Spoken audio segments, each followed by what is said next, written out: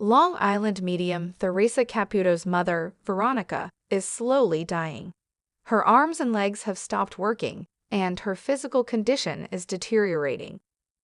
Theresa has made every possible effort to treat her mother, but ultimately the doctors have told her that there is nothing more that can be done. She will never recover.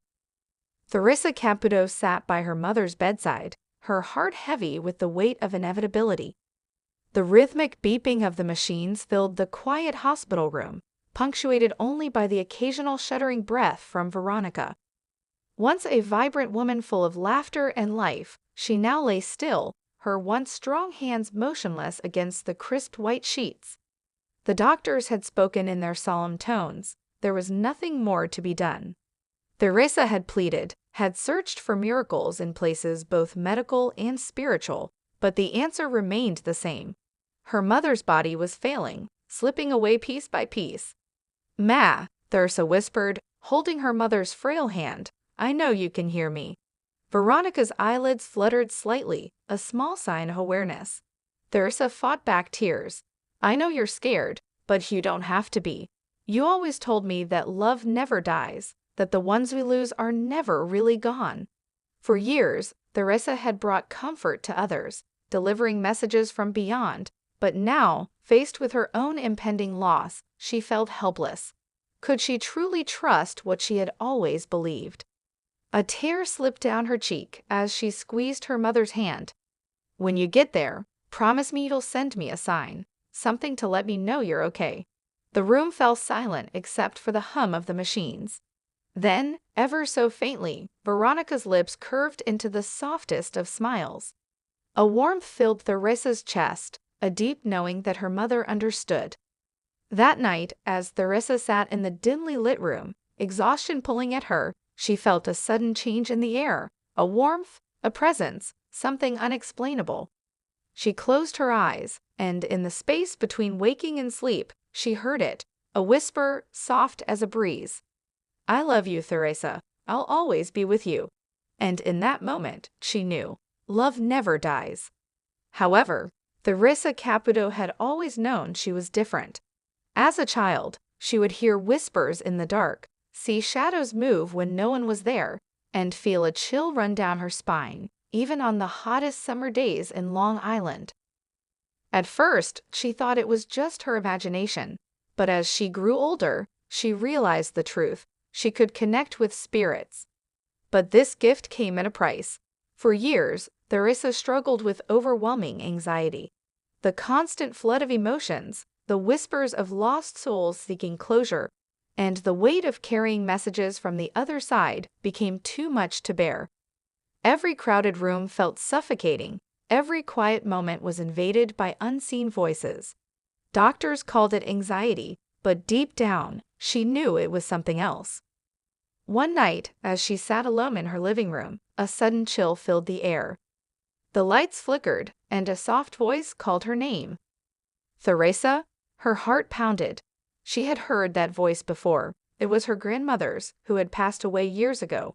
Taking a deep breath, she closed her eyes and focused. "What do you need to tell me, Grandma?" A wave of warmth washed over her, calming her racing heart. "Your anxiety isn't a curse, my dear," the voice whispered. "It's your gift speaking to you. You must learn to listen, not fear it." Tears streamed down Theresa's face. For the first time, she understood. Her anxiety wasn't just fear. It was energy, messages from beyond, waiting to be heard. She had spent years resisting, but now she knew she had to embrace it. From that moment on, Theresa no longer saw her gift as a burden.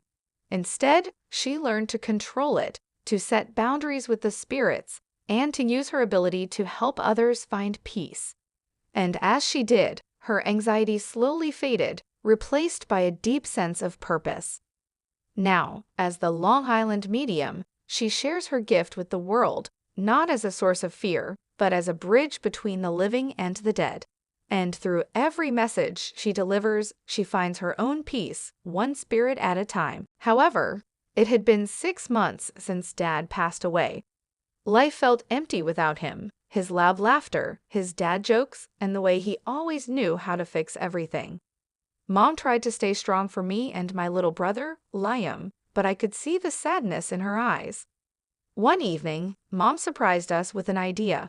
I booked a session with Theresa Caputo, she said. The Long Island medium. I raised an eyebrow.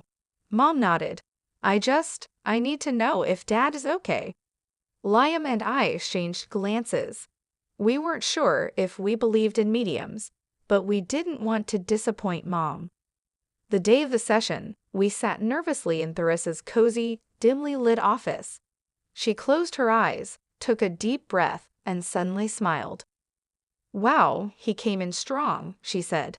Your dad, he's got this big personality, doesn't he? Joking around already. Tears welled up in Mom's eyes. That's him, she whispered. Theresa continued.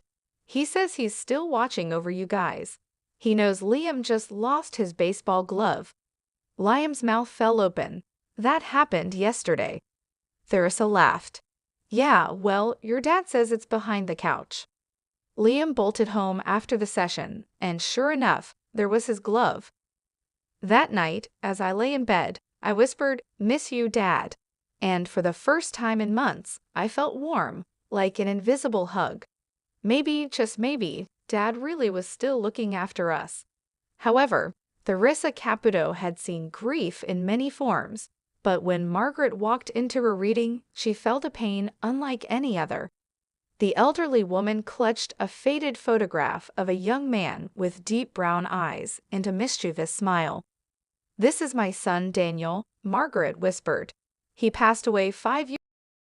Suddenly, Theresa felt a familiar chill run down her spine, the presence of a spirit eager to communicate.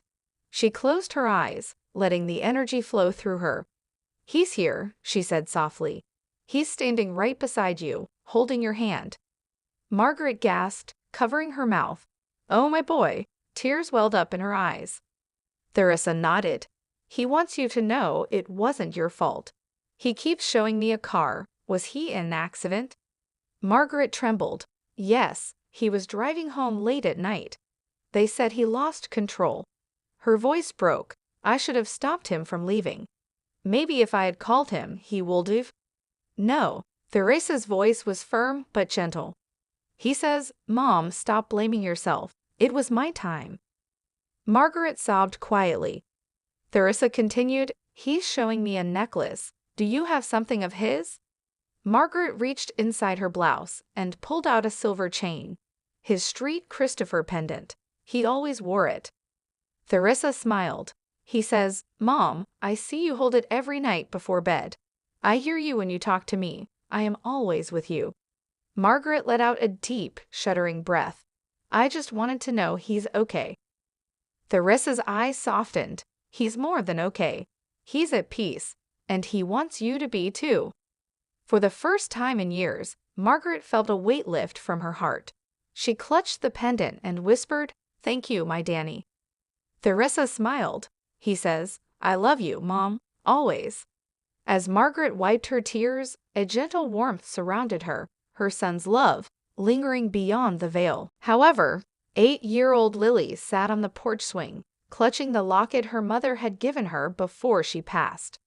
The house felt empty without her laughter, and Lily had built a wall around herself, refusing to let anyone in. She barely spoke to her father, ignored her friends, and spent most of her time lost in old memories. One evening, as the wind rustled the autumn leaves, her father sat beside her. Lily, I know it's hard, but keeping everyone away won't make the pain go away, he said softly. She didn't respond, just tightened her grip on the locket. That night, as she lay in bed, a familiar scent of lavender filled the room.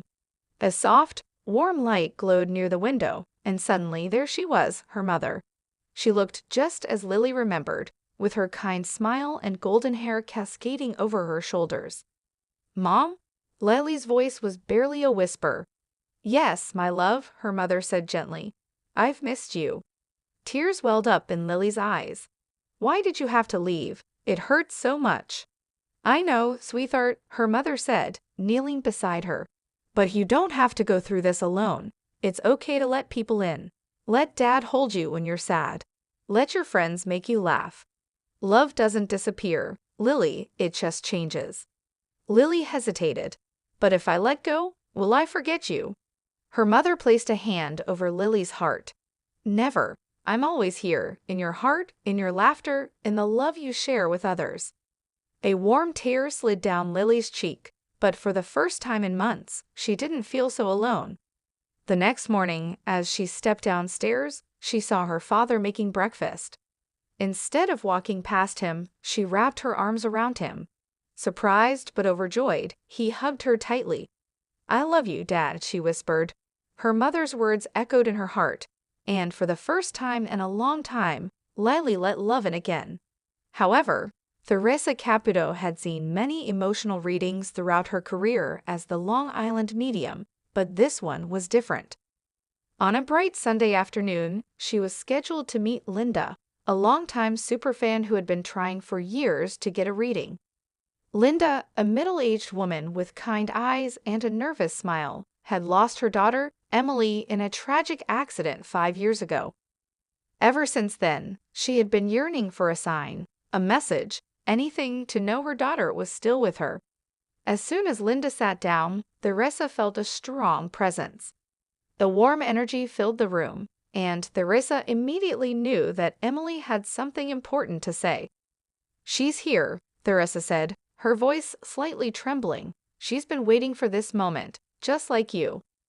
Linda covered her mouth, her eyes welling with tears. Oh my God, is she okay? Does she blame me? Theresa shook her head. No, sweetheart, she's saying. Mom, stop feeling guilty. It wasn't your fault. At that moment, a gust of wind swept through the room, rustling the curtains. Theresa smiled. That's her. She's always around you. She's showing me a pink butterfly. Does that mean anything to you? Linda gasped. Yes, Emily loved butterflies. We always said she'd come back as one. Theresa wiped a tear from her eye, deeply moved. She just said, I did, Mom. I'm with you every time you see one. Linda sobbed, clutching her heart. I miss her so much. She knows, Theresa whispered. But she also wants you to live, to be happy. She says, I love you, Mom, forever. For the first time in years, Linda felt peace. She had gotten the message she had been waiting for. And Theresa, deeply touched by their bond, knew once again why she did what she did. Sometimes, love never leaves, it just changes form. Hello lovely viewers, welcome to my channel. I am Mina, hope your day is so well. If you like the video, don't forget to subscribe the channel.